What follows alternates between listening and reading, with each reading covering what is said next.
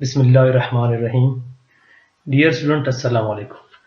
I am Engineer Muhammad Ismail and I have been given the subject of power distribution and utilization to teach you guys. Okay, I hope you guys will be in your homes for good. My dear students, as the government is saying that you guys stay in your homes, do not get out of the houses unnecessary, so you can be safe.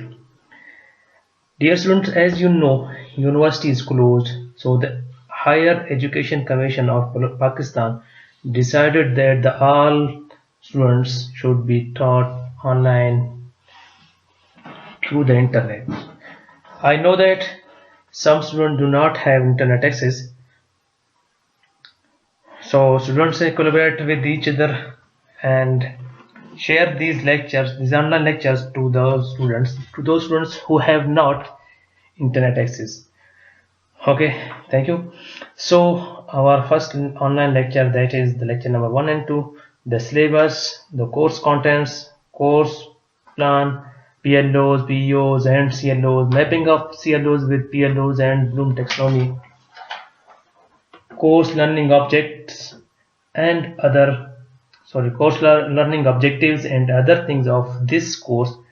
I am sending you guys on your class email and as given by you as shown on the screen.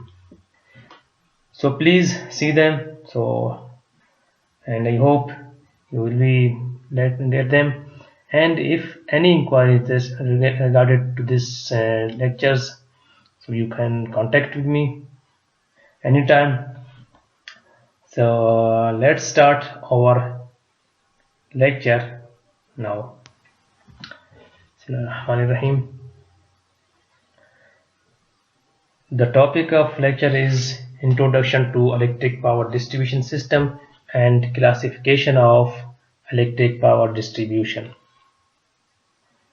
This is our first topic and first of all, I'm going to explain the electric power system, the whole electric power system. As you know, the whole electric power system, which deals, it is basically a network which deals with the generation, transmission, distribution and utilization of electric power.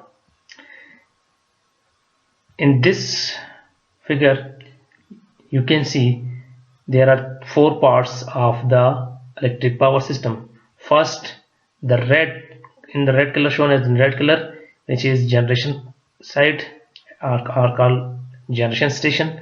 Secondly is the transmission line in the blue color, and third, the green color, is distribution system, and fourth was a customer, shown in black color. In this course we don't study the generation station, the transmission lines, but we can study only the distribution side, distribution system and the utilization. So as you can know that I am going to explain with you this the generating station. Basically I am going to talk you guys with both languages, English and Urdu. So I hope you will understand basically the Urdu language easily. So this is also easy for me. So the generation जो station है, इसमें basically generate होती है electricity. जहाँ से electricity generate होती है वहाँ पे इसको हम जनरेटिंग स्टेशन कहते हैं. पाकिस्तान में जनरेशन जो है ना वो वेरियस मेथड से होता है. जो सबसे ज़्यादा होता है वो फॉसिल फ्यूल्स और जो है ना इसी तरह से हाइड्रो इलेक्ट्रिक से और थर्मल से बहुत सारे मेथड्स हैं जो कि जनरेशन होती है. लेकिन बेसिकली इसको पढ़ते नहीं है कि हम नहीं पढ़ेंगे, क्योंकि ये हमारे लेक्चर, हमारे जो सिलेबस है, हमारा जो कोर्स है उससे रिलेटेड नहीं है. इसको आप इंशाल्लाह जो पावर जनरेटिंग स्टेशन है, प्लांट्स हैं, उनके सब्जेक्ट में आप ये पढ़ेंगे इंशाल्लाह. तो हम आते हैं सेकंड जो है ट्रांसमिशन लाइन है. ट्रांसमिशन लाइन भी, क्योंकि ये भी एक अलग कोर्स है, अलग सब्जेक्ट है जो कि आप इंशाल्लाह किसी पे पढ़ चुके हैं या पढ़ेंगे किसी नेक्स्ट सेमेस्टर में.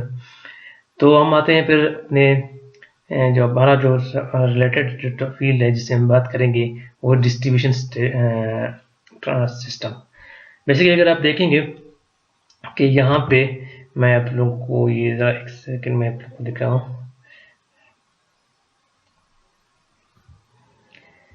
ये जो है जनरेटिंग स्टेशन है, यहाँ पे एक जनरेटिंग स्टेप अप ट्रांसफार्मर होता है जो कि इस जो इलेक्ट्रिसिटी जनरेट होती है उसकी वोल्टेज को स्टेप अप करता है और स्टेप अप करने के बाद इसको ट्रांसमिशन लाइन पे ट्रांसमिट करता है। ट्रांसमिशन लाइन जो है ना वो वेरियस टाइप्स के होते हैं। शॉर्ट ट्रांसमिशन लाइन होता है, लॉन्ग ट्रांसमिशन लाइन होता है, मीडियम ट्रांसमिशन लाइन्स होते हैं और हाई वोल्टेज ट्रांसमिशन लाइन होते हैं, लो वोल्टेज ट्रांसमिशन लाइन्स होते हैं।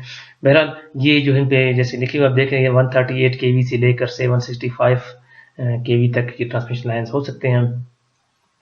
और इसके बाद फिर जब हम डिस्ट्रीब्यूशन साइड पे पहुंचते हैं तो डिस्ट्रीब्यूशन साइड पे यहाँ पे एक फिर एक स्टेप डाउन ट्रांसफार्मर होता है जो कि इस हाई वोल्टेज को अगेन स्टेप डाउन करता है और जो हम डिस्ट्रीब्यूशन सिस्टम है उसकी जो है ना उसके लिए नॉर्मली ये जो है ना वो 69 kV से लेकर 30 kV 13 kV तक होती है और ये जो है ना डिस्ट्रीब्यूशन सिस्टम है। बहरहाल इसको हम आगे फर्दर मजीद डिटेल से पढ़ेंगे। नेक्स्ट स्लाइड में मैं अगेन ये आपके लिए यहाँ पे एक और फिगर है, इसको मैं थोड़ा सा सामने एक्सप्लेन करना चाहता हूँ। जैसे कि इसमें आप देख रहे हैं ये एक पावर सिस्टम का लाइन डायग्राम है। इसमें आप देख रहे हैं यहाँ पे जो जीएस मीन्स जनरेटिंग स्टेशन। यहाँ पे सपोज करें फॉर एग्जांपल ये 11 kV हम जनरेट कर रहे हैं। 11 kV ज़्यादा भी हो सकती है लेकिन ये फॉर एग्जांपल मैं जैसे बोलता कि सपोज हम एक एग्जांपल ले रहे हैं तो इसमें एक सबसे पहले एक स्टेप अप ट्रांसफार्मर होता है जो कि 11 kV को 132 kV तक स्टेप अप करता है। इसके बाद जो एक ट्रांसमिशन लाइन होती है, ये जो हाई वोल्टेज ट्रांसमिशन लाइन होती है इसको हम प्राइमरी ट्रांसमिशन भी कहते हैं। और फिर जो है हम आते हैं अगेन जब रिसीविंग स्टेशन के करीब पहुंचते हैं तो वहां पे फिर एक स्टेप डाउन ट्रांसफार्मर होता है जो कि इस 132 kV के वोल्टेज को स्टेप डाउन करके 33 kV तक कर देता है। और यहाँ पे ये रिसीविंग स्टेशन है और सेकेंडरी ट्रांसमिशन होती है। इसके बाद यहाँ पे जो 33 kV की जो लाइन है इसको हम सेकेंडरी ट्रांसमिशन कहते हैं या लो वोल्टेज ट्रांसमिशन लाइन कहते हैं। यहाँ पे आके जब हम सब स्टेशन के करीब पहुंचते हैं फिर अगेन इस जो ये 33 kV है इसको अगेन स्टेप डाउन करके 11 kV कर देते हैं 11 kV कर देते हैं। और उसके बाद जब सब स्टेशन होती है सब स्टेशन में फिर यहाँ पे कि जो हमारे जो बड़े जो कंज्यूमर्स हैं जैसे कि इंडस्ट्रीज हैं या जैसे प्राइमरी जिसको हम प्राइमरी डिस्ट्रीब्यूशन कहते हैं। ये जो प्राइमरी डिस्ट्रीब्यूशन है ये नॉर्मली 11 kV का होता है। इसके बाद फिर 11 kV से आगे जब होता है आके हम जब सेकेंडरी डिस्ट्रीब्यूशन करीब पहुंचते हैं तो फिर यहाँ पे हम अगेन इसको 11 kV को स्टेप डाउन करके 400 वोल्टेज तक ले लेते हैं। और ये फिर फर्दर आगे जो आम नॉर्मल जो कंज्यूमर्स हैं जैसे रेजिडेंशियल हैं, कार वगैरह हैं या ऑफिस हैं, इनको हम डिस्ट्रीब्यूट करते हैं इलेक्ट्रिसिटी को ऑन द हिसाब 400 volt.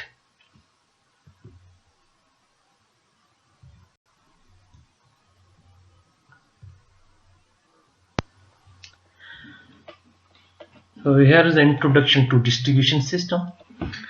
And the one sentence definition of the distribution system is that part of power system which distributes electric power for local use is known as distribution system.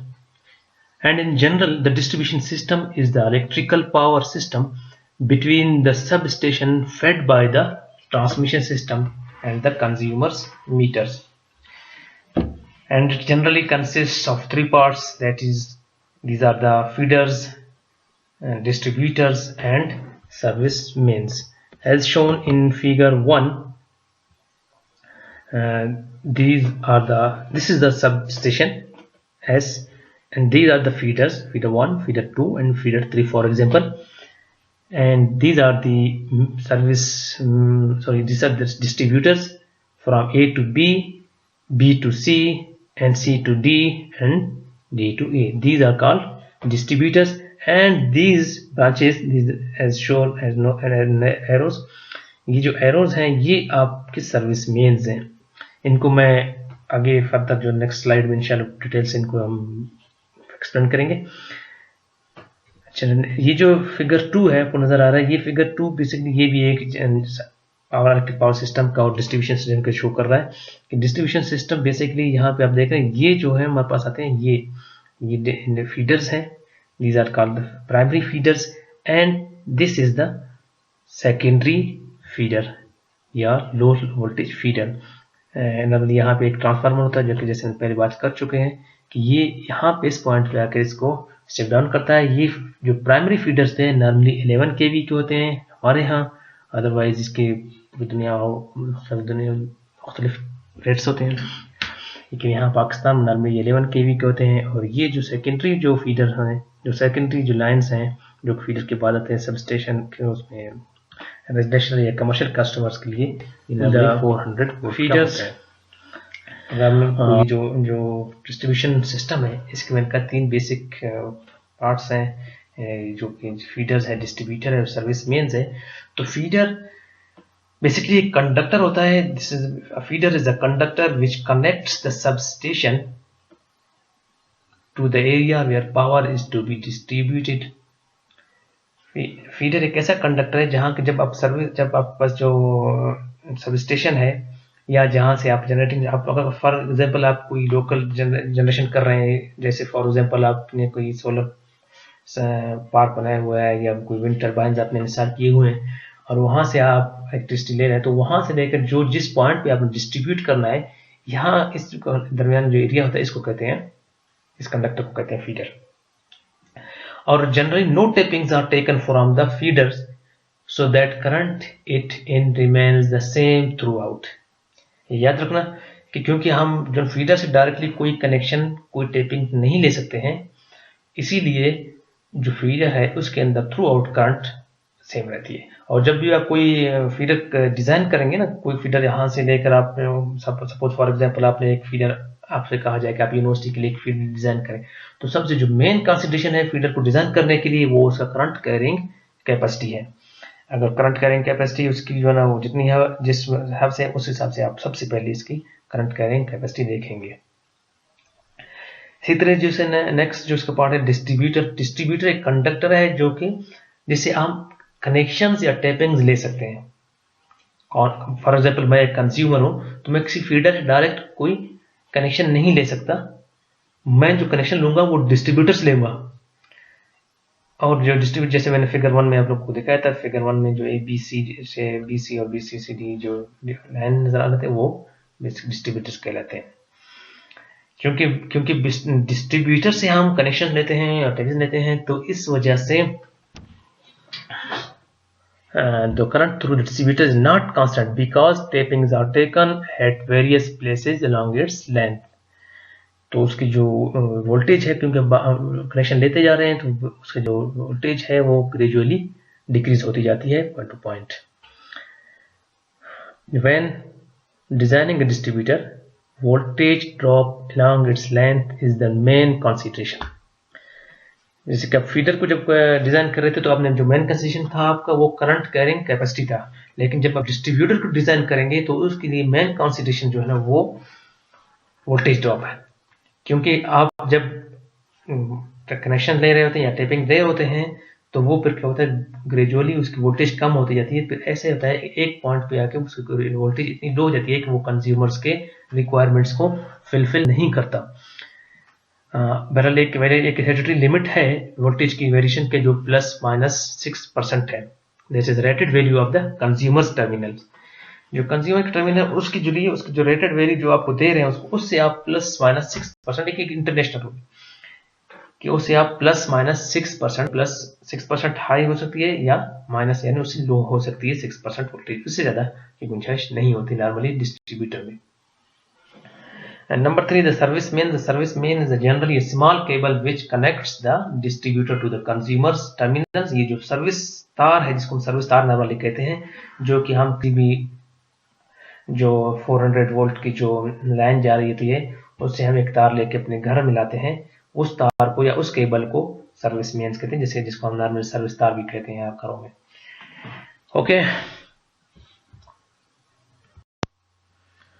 Okay, now we come to the classification of distribution. Classification of distribution systems. A distribution system may be classified according to various methods. For example, first of all, we talk about the nature of current.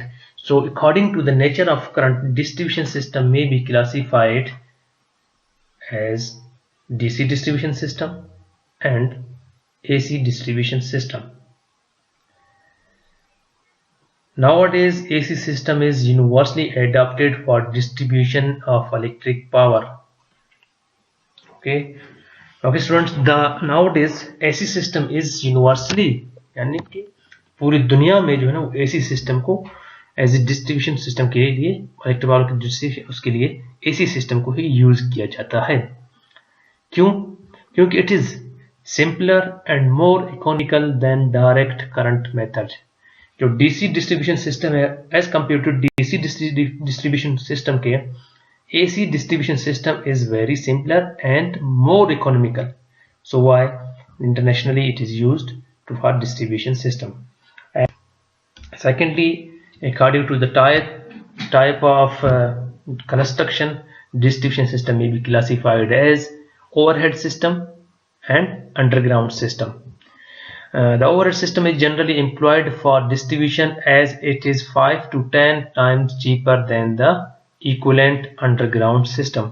अगर हम basically construction के type से हम distribution दो तरीकों से कर सकते हैं। एक ओवरहेड सिस्टम है, यानी कि जो ओवरहेड लाइंस आपको जैसे नजर आते टावर्स हैं, जैसे कि जो केबल्स हैं ऊपर आपको नजर आते हैं, ये जो ओवरहेड लाइन सिस्टम कहलाते हैं।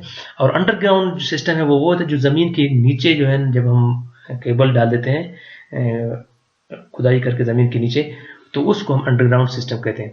और जो ओवरहेड सिस्टम है वो नॉर्मली ज़्यादा डिस्ट्रीब्यूशन सिस्टम के लिए यूज़ किया जाता है, स्पेशली इन पाकिस्तान, क्योंकि ये जो है ना कीमत में कम है, जैसे कहा है कि 5 to 10 टाइम्स चीपर है as compare to underground system के that's equivalent. In general, the underground system is used at places where overhead construction is impracticable or prohibited by the local laws. लेकिन उन एरियाज में वहां पे हम underground system, underground cabling करते हैं जहां पे ओवरहेड जो कंस्ट्रक्शन है वो पॉसिबल ना हो। फॉर एग्जांपल जो टनल वगैरह में या किसी ऐसे कंजेस्टेड पॉपुलेटेड एरिया में जहां की आबादी बहुत ज़्यादा हो, जहां बिल्डिंग, तो वहां पे जो ओवरहेड लाइन है वो पॉसिबल नहीं, या फिर वो किसी डैमेज का वजह बन सकता है। तो इसके लिए वहां पे हम अंडरग्राउंड लाइन यूज करते हैं, अंडरग्राउंड केबलिंग करते हैं। या फिर कोई ऐसा एरिया जहां पे ऊपर जो ओवरहेड लाइंस हैं वो किसी वजह से लोकल लॉज की वजह से वो प्रोहिबिटेड है। फॉर एग्जांपल ऐसे कोई एरिया जहाँ की, क्योंकि जो ओवरहेड लाइन का जो मसला है वो सबसे ज्यादा वो ये कम्युनिकेशन लाइंस को डिस्टर्ब करता है, इस वजह से वहां पे अंडरग्राउंड जो केबलिंग है वो किया जाता है। नंबर थर्ड पे स्कीम ऑफ कनेक्शन है। According to the scheme of connection the distribution system may be classified as number 1 radial system, ring main system and interconnected system. ये जो है इनको हम बाद में इंशाल्लाह डिटेल में बारी बारी देखेंगे कि रेडियल सिस्टम क्या है, क्योंकि ये कुछ ज़्यादा एक्सप्लेनेशन मांगते हैं, इसको हम नेक्स्ट उसमें देखेंगे इंशाल्लाह। फर्स्ट ऑफ ऑल हम बात करेंगे एसी डिस्ट्रीब्यूशन सिस्टम की। एसी डिस्ट्रीब्यूशन सिस्टम मैंने जैसे आपको पहले बताया कि एसी डिस्ट्रीब्यूशन सिस्टम पूरी दुनिया में सबसे ज़्यादा वक्त यूज किया जाता है, क्योंकि nowadays electrical energy is generated, transmitted and distributed in the form of electric alternating current. ये एक बहुत बड़ी वजह है कि हम डिस्ट्रीब्यूशन भी वो एसी में करते हैं, क्योंकि हमारे यहाँ जो जनरेशन होती है वो भी एसी सिस्टम में होती है, और जो ट्रांसमिशन होती है वो भी नॉर्मली एसी सिस्टम में ही ट्रांसमिट किया जाता है। और इसीलिए हमारे लिए ये इजी है कि हम डिस्ट्रीब्यूशन भी वो एसी में ही करें। और उसकी वजह ये है कि जो ट्रांसमिशन है वो डीसी के थोड़ा सा कॉम्प्लिकेटेड है, थोड़ा सा मसले हैं उसमें, इस वजह से। बहरहाल one important reason for the general use of the alternating current in preference to direct current is the fact that alternating voltage can be conveniently changed in magnitude by means of a transformer। एक और भी बहुत बड़ा important reason जो है वो AC distribution का वो ये है कि हम एसी को किसी भी जगह पे with the help of transformer step down या स्टेप अप कर सकते हैं। एक बहुत बड़ा रीजन है, क्योंकि डीसी जो है ना ट्रांसफार्मर के हेल्प स्टेप डाउन या स्टेप अप नहीं हो सकता हो, उसके लिए आप लोगों जैसे मालूम है कि वो कन्वर्टर्स या बक बूस्ट कन्वर्टर दूसरी चीज़ें जो है या चॉपर वगैरह वो यूज़ की जाते हैं उसको स्टेप अप या स्टेप डाउन करने की, जो कि एक बहुत कॉम्प्लिकेटेड मेथड है। और थर्ड जो transformer has made it possible to transmit AC power at high voltage and utilise it at a safe potential. इसी तरह मैंने जैसे बताया आपको, ट्रांसफार्मर की हेल्प से हम किसी भी पॉइंट पे इसको स्टेप डाउन या स्टेप अप कर सकते हैं, और जब हाई वोल्टेज को स्टेप डाउन करके हम इसको एक ऐसे सेफ पोटेंशियल पे ला सकते हैं जो कि यूटिलाइज हो सकता है। क्योंकि हमारे जो कोर्स का जो सेकंड पार्ट है वो जो यूटिलाइजेशन है, जब हम उसकी बात करेंगे तो इंशाल्लाह इसमें हम डिटेल से बात करेंगे। And high transmission and distribution voltage have greatly reduced the current in the conductors and the resulting line losses। जो हाई लाइन ट्रांसमिशन है वो इसमें ये प्रॉब्लम भी है कि लाइन लॉसेज हैं या करंट लॉसेज हैं, वो प्रॉब्लम है। तो द एसी डिस्ट्रीब्यूशन सिस्टम जो ना वो फर्दर क्लासिफाइड होता है टू पार्ट्स में, एक को कहते हैं प्राइमरी डिस्ट्रीब्यूशन सिस्टम और दूसरे को कहते हैं secondary distribution system. Primary distribution system मैं पहले भी बात कर चुका हूं कि प्राइमरी डिस्ट्रीब्यूशन सिस्टम वो पार्ट है डिस्ट्रीब्यूशन का जो कि हम जो हाई वोल्टेज के जो हमारे पास बड़े जो इंडस्ट्रियल पार्ट्स हैं दूसरी चीजें हैं उनके लिए। ओके, बहरहाल मैं इसको थोड़ा सा एक्सप्लेन करता हूं आप लोगों के सामने। It is that part of AC distribution system which operates at voltages somewhat higher than general utilization and handles large blocks of electrical energy than the average low voltage consumer uses। जो average low voltage consumer uses हैं उन users हैं वो जो use करते हैं electricity, उनका normal जो रेंज होता है वो 400 के वोल्ट से लेकर 230 तक 240 तक वोल्ट तक होती है। लेकिन कुछ ऐसे कंज्यूमर होते हैं, ऐसे इंडस्ट्रियल होते हैं, फॉर एग्जांपल हमारे जैसे हमारी यूनिवर्सिटी है ये यहाँ पे 11 केवी यूटिलाइज करते हैं, तो उनके लिए जो लाइन आती है जो फेडर होते हैं वो 11 केवी के होते हैं। इस जो 11 केवी का जो डिस्ट्रीब्यूशन सिस्टम होता है उसको हम नॉर्मली प्राइमरी डिस्ट्रीब्यूशन सिस्टम कहते हैं। The voltage used for primary distribution This depends upon the amount of power to be conveyed and the distance of the substation required to be fed। अच्छा, जो primary distribution system है उसमें भी दो चीजें आप लोग नोट करें। एक तो ये है कि जो वोल्टेज यूज होती है प्राइमरी डिस्ट्रीब्यूशन की वो डिपेंड करता है कि कितना पावर उस कंज्यूमर को चाहिए, उस पर डिपेंड करता है। दूसरा जो डिस्टेंस है सबस्टेशन से, फॉर एग्जाम्पल वो काफी अगर दूर है सबस्टेशन से तो फिर वो लॉन्ग डिस्टेंस पे है तो फिर उसके लिए हम प्राइमरी डिस्ट्रीब्यूशन सिस्टम यूज करते हैं, क्योंकि जो long distance transmission long distances होते हैं वहां पे वोल्टेज नॉर्मली थोड़ा सा लॉस करता है, इस वजह से हम वहां पे प्राइमरी डिस्ट्रीब्यूशन सिस्टम यूज करते हैं। Okay, the most commonly used primary distribution voltages are 11 kV, 6.6 kV and 3.3 kV। Due to the economic considerations, primary distribution is carried out by 3-phase 3-wire system। ये भी याद आप लोग note ध्यान में रखें कि नॉर्मली जो प्राइमरी जो डिस्ट्रीब्यूशन है वो 3-phase 3-wire सिस्टम का ही होता है। ये 3-phase 3-wire सिस्टम हम इंशाल्लाह आगे जाके बताएंगे आपको कि 3-phase 3-wire सिस्टम क्या है, या 2-phase single phase 2-wire system, इनको हम इंशाल्लाह डिटेल में आगे जाके बताएंगे आपको। ये जो फिगर आपको नजर आ रहा है, इस फिगर में आप लोगों को मैं बता दूं कि ये एक टिपिकल प्राइमरी डिस्ट्रीब्यूशन सिस्टम की फिगर है, जिसमें आप देख रहे हैं कि ये जो है ना 3-phase 3-wire सिस्टम का एक लाइन जा रहा है, एक सब स्टेशन है जहाँ पे ये 33 kV की लाइन जो ट्रांसमिशन लाइन है, हाई वोल्टेज ट्रांसमिशन लाइन वहां से आ रहा है। ये सब स्टेशन है, इस सब स्टेशन में एक ट्रांसफार्मर है जो कि इस 33 kV को स्टेप डाउन करके 11 kV कर रहा है। अब ये 11 kV का जो लाइन है ये आ रहा है यहाँ पे, ये जो आपको डॉटेड लाइन नजर आ रही है, ये डॉटेड लाइन से आगे यहाँ पे ये एरिया शुरू होता है, इसको कहते हैं प्राइमरी डिस्ट्रीब्यूशन। प्राइमरी डिस्ट्रीब्यूशन में मैंने पहले बताया क्योंकि ये नॉर्मली 11 kV का होता है, इसलिए इसमें बिग कंज्यूमर जैसे फॉर एग्जाम्पल फैक्ट्रीज, इंडस्ट्रीज हैं या दूसरे सब स्टेशन वगैरह हैं जो कि इसको यूज करते हैं, या फिर कोई ऐसे फॉर एग्जाम्पल जैसे मैंने बताया कि हमारी यूनिवर्सिटी है यहाँ पे भी 11 kV की लाइन आ रही है, हम भी 11 kV प्राइमरी। अब आते हैं सेकेंडरी डिस्ट्रीब्यूशन सिस्टम की तरफ। It is the part of AC distribution system which includes the range of voltages at which the ultimate consumer utilizes the electrical energy delivered to him. Secondary distribution system वो जो कि छोटे जो consumer है ना, the secondary distribution employees 400 to 230 volt 3 phase 4 wire system use करते हैं। ये मैंने जैसे आप लोगों को पहले बताया कि सेकेंडरी डिस्ट्रीब्यूशन सिस्टम वो डिस्ट्रीब्यूशन सिस्टम है जो कि छोटे कंज्यूमर जैसे कि रेजिडेंशियल या कमर्शियल छोटे दुकान वगैरह हैं, घर वगैरह हैं, जो कि यूज करते हैं इलेक्ट्रिसिटी को, उनके लिए जो डिस्ट्रीब्यूशन होती है उस डिस्ट्रीब्यूशन को हम सेकेंडरी डिस्ट्रीब्यूशन सिस्टम कहते हैं। जैसे कि आपको इस फिगर में नजर आ रहा है कि आप देख रहे हैं कि यहाँ पे भी बिल्कुल उसी तरीके से ये नॉर्मली होता है 3 फेज 4 वायर सिस्टम। इसमें जो फोर्थ वायर है वो न्यूट्रल वायर होती है, और न्यूट्रल वायर और 3 फेज ये सारे मैं पे भी एक्सप्लेन करूँ कि ये फॉर एग्जाम्पल ये देख रहे हैं यहाँ पे 11 kV की एक लाइन आ रही है, ये 3 फेज 3 वायर सिस्टम है।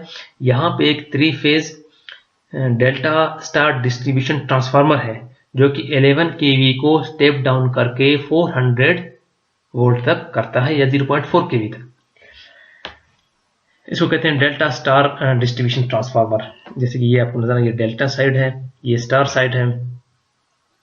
इसमें आप देख रहे हैं कि स्टार साइड में एक लाइन जो यहाँ से इसका जो सेंटर पॉइंट से ये जो लाइन आ रही है, ये इसको कहते हैं न्यूट्रल लाइन। बाकी ये 3 फेज हैं, फेज 1, फेज 2 एंड फेज 3। जो हर फेज टू फेज जो वोल्टेज है वो नॉर्मली 400 वोल्ट का है, and phase two neutral this is 230 volt के।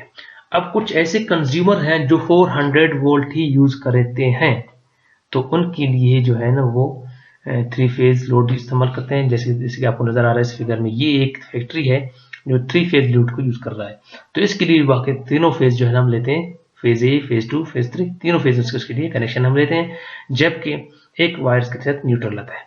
बाकी जो छोटे घर हैं जैसे हाउस नंबर 1 नजर आ रहा है, हाउस नंबर 2, हाउस नंबर 3, इनके लिए एक फेज और एक न्यूट्रल वायर आती है।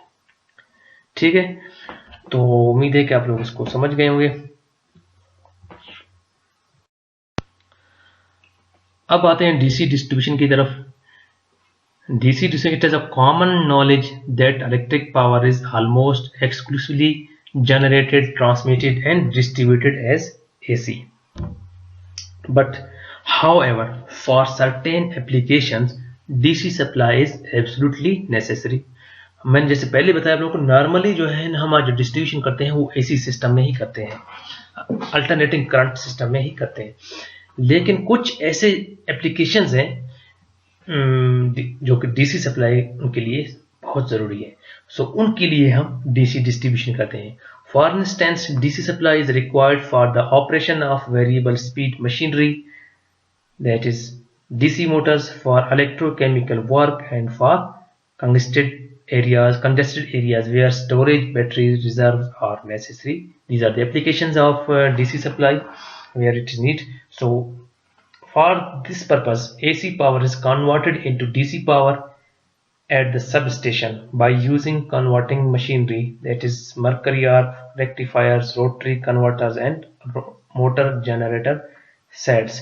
जैसे मैंने कि पहले आप लोगों को बताया कि नॉर्मली जो हमारी जनरेशन होती है वो भी एसी में होती है, और जो ट्रांसमिशन होती है वो भी एसी में होती है, इसीलिए हम डिस्ट्रीब्यूशन भी एसी में ही करते हैं। लेकिन कुछ ऐसे जगह, ऐसी चीजें हैं, ऐसे एप्लीकेशंस हैं जिनके लिए डीसी सप्लाई जो है ना वो नेसेसरी है। तो उसके लिए हम क्या करते हैं, अगर हमारे पास फॉर एग्जांपल हम जनरेशन ही डीसी में कर रहे हैं, जैसे कि सोलर सिस्टम है या जैसे कि विंड टर्बाइन्स है, वो डीसी में ही करते हैं। वो डीसी जो है ना जनरेशन होती है, और वो फिर ट्रांसमिशन जो स्मॉल डिस्टेंसेस के लिए होते हैं, बिल्कुल नजदीक के एरिया में, वो तो उनके लिए जो ट्रांसमिशन होती है वो भी डीसी सिस्टम में होती है, तो उनके लिए कन्वर्जन की कोई जरूरत नहीं है। लेकिन जब एसी ट्रांसमिशन आ रहा है तो फिर उसके लिए क्या होता है कि हम क्या करते हैं, सबसे पहले एसी पावर को कन्वर्ट करते हैं डीसी पावर में, और जब उस सब स्टेशन जहाँ पे ये स्टेप डाउन होते हैं वहां पे ही इसको कन्वर्ट किया जाता है, वहां पे इसको कन्वर्ट किया जाता है। और कन्वर्जन मेथड वो बहुत सारे हैं, जैसे मर्करी आर्क रेक्टिफायर्स हैं, रोटरी कन्वर्टर्स हैं या मोटर जनरेटर सेट्स हैं। इनकी हेल्प से हम एसी को डीसी में पावर में कन्वर्ट करते हैं। The DC supply from the sub station may be obtained in the form of number 1 2 wire, number 2 3 wire for distribution. जो डीसी सप्लाई है वो नॉर्मली वो 2 वायर होता है, लेकिन कहीं पर भी 3 वायर डिस्ट्रीब्यूशन सिस्टम ही होती है। तो मैं एक्सप्लेन करता हूँ 2 वायर डीसी सिस्टम क्या, as the name implies this system of distribution consist of 2 wires, one is the outgoing or positive wire and the other is the return or negative wires। जैसे कि आप लोगों को इस figure में नजर आ रहा है, इस फिगर में नजर आ रहा है कि ये जो है एक 2 वायर डीसी डिस्ट्रीब्यूशन सिस्टम की डायग्राम है। इसमें आप देख रहे हैं कि एक पॉजिटिव वायर है, दूसरा जो है एक इसमें नेगेटिव वायर है। ठीक है, इस पॉजिटिव की डायरेक्शन आप देख रहे हैं कि यूं इसकी डायरेक्शन इस तरफ है, और जो नेगेटिव लाइन है उसकी डायरेक्शन इसकी अपोजिट साइड में है। और जो भी चीज आप इसमें जो कोई, जैसे फॉर एग्जांपल अगर आप कोई लोड इस पे कनेक्ट करना चाहते हैं तो फिर वो पॉजिटिव टू नेगेटिव टर्मिनल के दरमियान कनेक्ट होती है। यहाँ पे एक बात याद रखना कि जैसे मैंने कहा कि एसी जो है ना वो alternating current positive and negative दोनों, उसमें कोई पोलरिटी के चक्कर नहीं होता। लेकिन डीसी डिस्ट्रीब्यूशन सिस्टम में याद रखना कि डीसी में आप हमेशा पॉजिटिव साइड वायर को पॉजिटिव लाइन के साथ कनेक्ट करेंगे और नेगेटिव साइड लाइन को नेगेटिव के साथ कनेक्ट करेंगे। The load such as lamps motors are connected in parallel between the 2 wires as shown. जैसे कि आपको इस फिगर में नजर आ रहा है, इन जो भी लोड होगा वो आप दोनों वायर्स के दरमियान पैरेलल में कनेक्ट करेंगे। This system is never used for transmission purposes due to low efficiency but may be employed for distribution of DC power। ये जो 2 वायर डीसी डिस्ट्रीब्यूशन सिस्टम है ये सिर्फ डिस्ट्रीब्यूशन के लिए ही काबिल ये इस्तेमाल हो सकता है, लेकिन ये ट्रांसमिशन के लिए यूज नहीं किया जा सकता। और the 3 wire DC distribution system it consist of 2 outers and a middle of or neutral wire which is earthed at the substation। The voltage between the outer is twice voltage between the either outer and neutral wire as shown in figure। ये जो figure है इसमें आपको देख रहे हैं जैसे कि एक तो हमारे पास पॉजिटिव वायर है, एक नेगेटिव वायर है, इनके एग्जैक्ट सेंटर में एक वायर होता है जिसको हम न्यूट्रल वायर कहते हैं। न्यूट्रल वायर ये इसको अर्थ किया जाता है सब स्टेशन पर, जहां पे हम इसको कन्वर्जन करते हैं, एसी को डीसी में कन्वर्ट करते हैं, जहां पे हम स्टेप डाउन करते हैं जब जिस सब स्टेशन पर, वहां पे ही इसको वहां पे ये अर्थ किया जाता है। अभी न्यूट्रल वायर है जो फिर स्मॉल लोड्स हैं, छोटे लोड्स हैं जैसे कि बल्ब लाइट वगैरह हैं, उनको हम यहाँ पे कनेक्ट कर सकते हैं पॉजिटिव टू न्यूट्रल के साथ। लेकिन जो बड़े लोड्स हैं जैसे कि मोटर वगैरह हैं उनको हम न्यूट्रल के साथ कनेक्ट नहीं करेंगे, बल्कि उनको उसी तरीके से पॉजिटिव टू नेगेटिव कनेक्ट करेंगे, क्योंकि ये जो है ना ट्वाइस वोल्टेज, ये देखें आप जैसे आपको नजर आ रहा है ना, positive line to neutral wire is V and neutral wire to minus wire is equal to V, but from positive to negative it is 2V। It means that it is the twice of the voltage between either outer and neutral wire। Okay, now come to comparison of DC and AC distribution। What is difference between AC and DC distribution?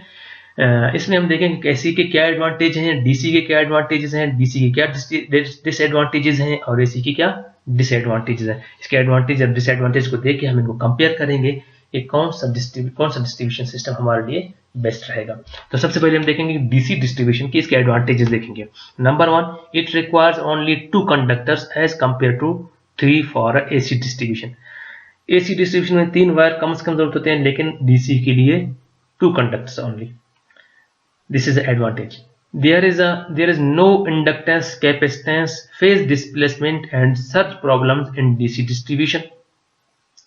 And due to the absence of inductance, the voltage drop in a DC distribution line is less than the AC line for the same load and sending end voltage। For this reason, a DC distribution line has better voltage regulation। Okay, there is no skin effect in DC system।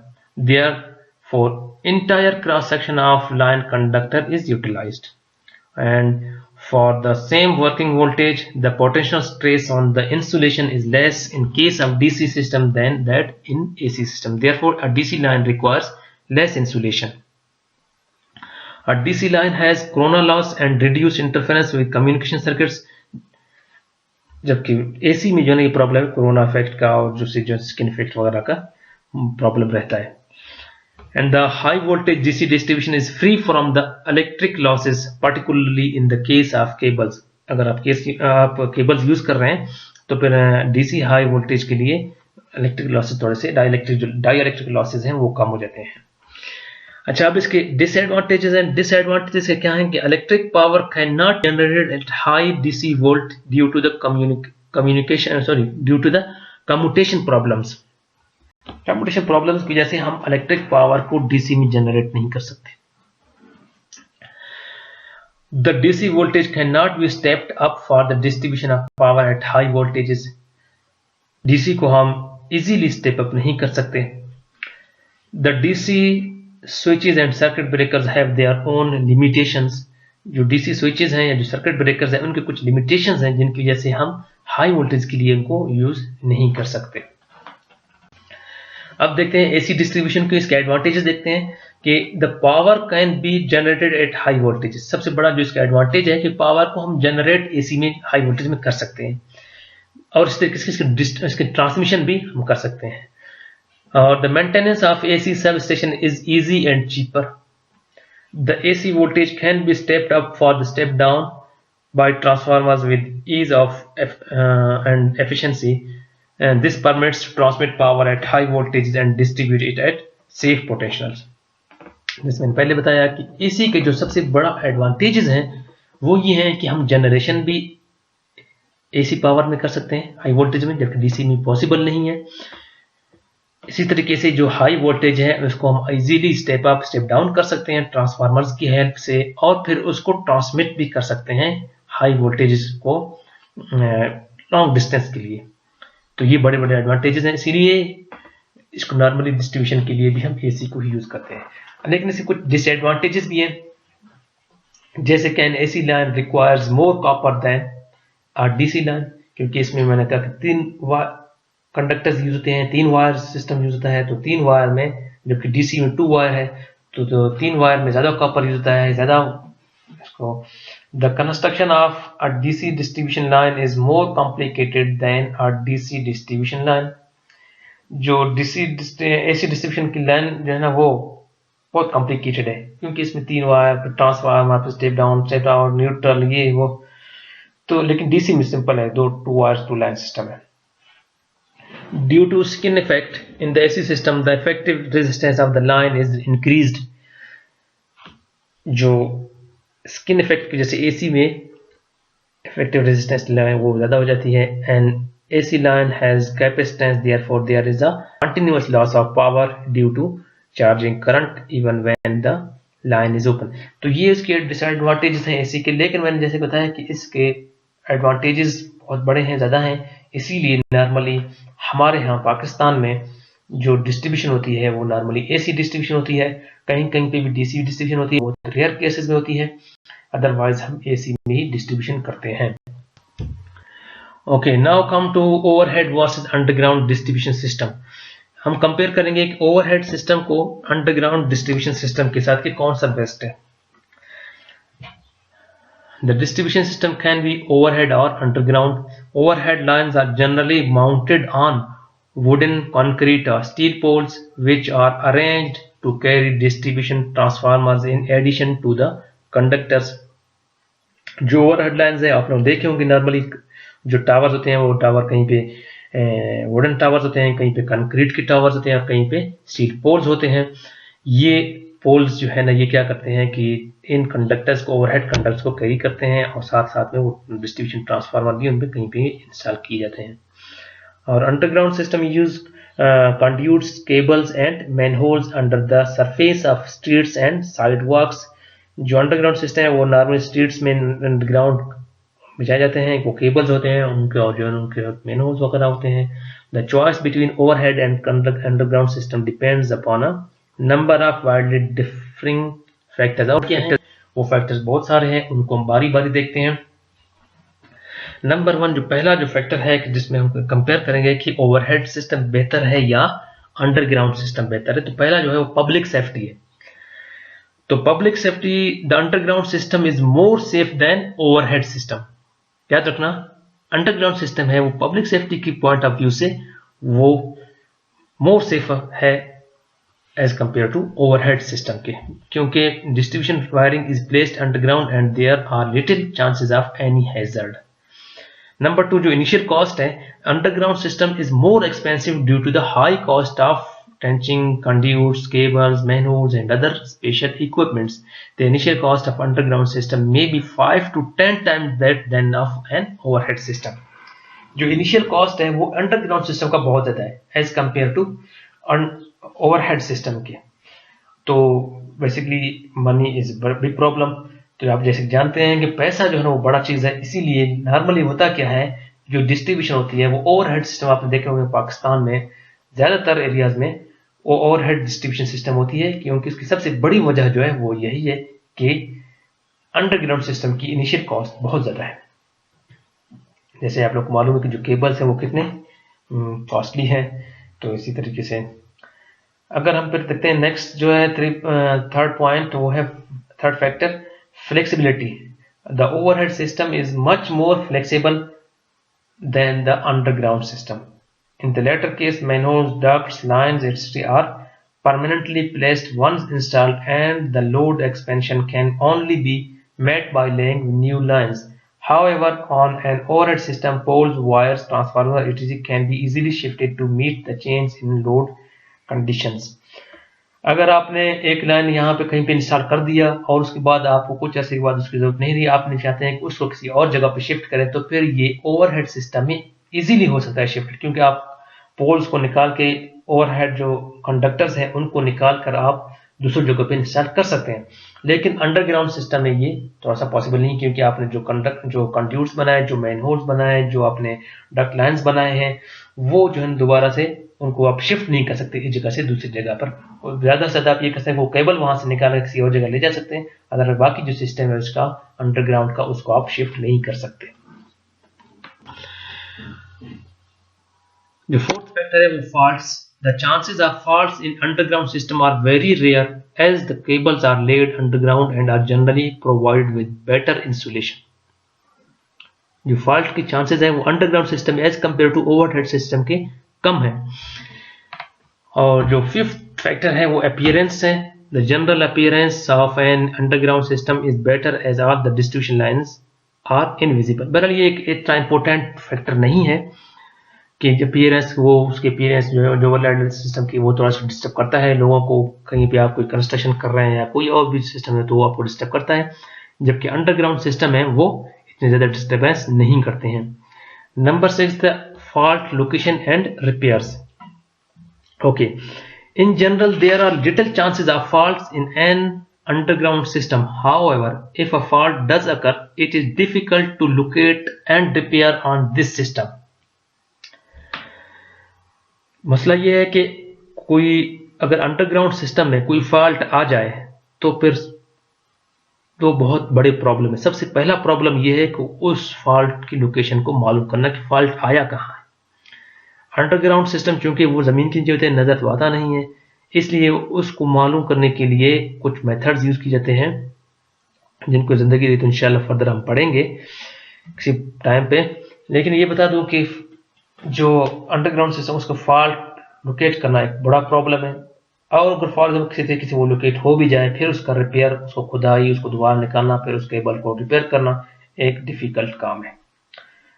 जबकि overhead system में क्या होता है कि वो conductor visible होते हैं और इजीली एक्सेसिबल होते हैं, सो आप इजीली उसकी फॉल्ट को लोकेट कर सकते हैं और इजीली उसको रिपेयर भी कर सकते हैं। जो नेक्स्ट फैक्टर है वो current carrying capacity end voltage drop.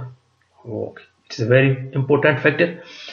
An overhead distribution conductor has a considerably higher current carrying capacity than an underground cable conductor of the same material and same cross section. On the other hand, the underground cable conductor has much lower inductive reactance than that of overhead conductor because of closer spacing of conductors. तो दोनों के कुछ advantages भी हैं, disadvantage भी हैं कि overhead system जो है ना वो हायर करंट कैरिंग कैपेसिटी है क्योंकि एज कंपेयर टू अंडरग्राउंड के, जबकि अंडरग्राउंड का ये है कि उसकी जो इंडक्टिव रिएक्टेंस है वो बहुत कम होती है, इस वजह से क्योंकि उनकी दरमियान जो कंडक्टर स्पेसिंग वो बहुत कम होती है। Okay, and useful life, The useful life of underground system is much longer than that of an overhead system.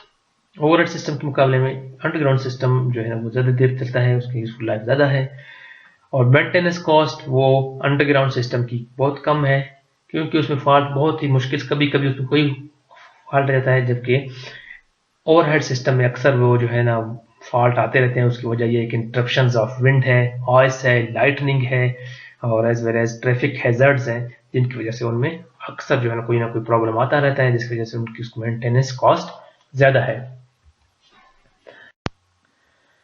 Okay, and the last factor is the interference with the communication circuits. So an overhead system causes electromagnetic interference with the telephone lines. The power line currents are superimposed on the speed currents, resulting in the potential of the communication channel being raised to an undesirable level. However, there is no such interference with the underground system. Underground system वो basically किसी line, telephone lines या दूसरे जो communication channels हैं उनको disturb नहीं करता, जैसे कि ओवरहेड लाइन्स इनको डिस्टर्ब करता है। बहरहाल ये जो सारा डिस्कशन जो कंपैरिजन है, इसका अगर हम बात करेंगे, it is clear from the above comparison that each system has its own advantages and disadvantages. Overhead system हो या कि अंडरग्राउंड सिस्टम हो, दोनों के कुछ एडवांटेजेस भी हैं, कुछ डिसएडवांटेजेस हैं। किसी लिहाज से ओवरहेड सिस्टम अच्छा है तो किसी लिहाज से अंडरग्राउंड सिस्टम अच्छा है। बहरहाल in general, overhead system is adapted for distribution, and the use of underground system is made only where overhead construction is impracticable or prohibited by local laws. That's all. I hope कि आप लोगों ने जो है ना lecture को आप देखेंगे, सुनेंगे, और इस पे उसको थोड़ा सा इस पे आप डिस्कशन भी करेंगे, और उसके बाद जो भी पॉइंट्स आप लोगों के जहन में आते हैं या कोई किसी पॉइंट पे आप लोगों को कोई चीज़ समझ नहीं आता है तो आप लोग मुझे कांटेक्ट कर सकते हैं, और मैं इंशाल्लाह कोशिश करूंगा कि नेक्स्ट किसी लेक्चर में आप लोगों की उन क्वेरीज का आप लोगों को एक्सप्लेन कर सकूं। बहरहाल thank you so much, best of luck, मेरे लिए भी दुआ कीजिएगा। अल्लाह हाफ़िज़।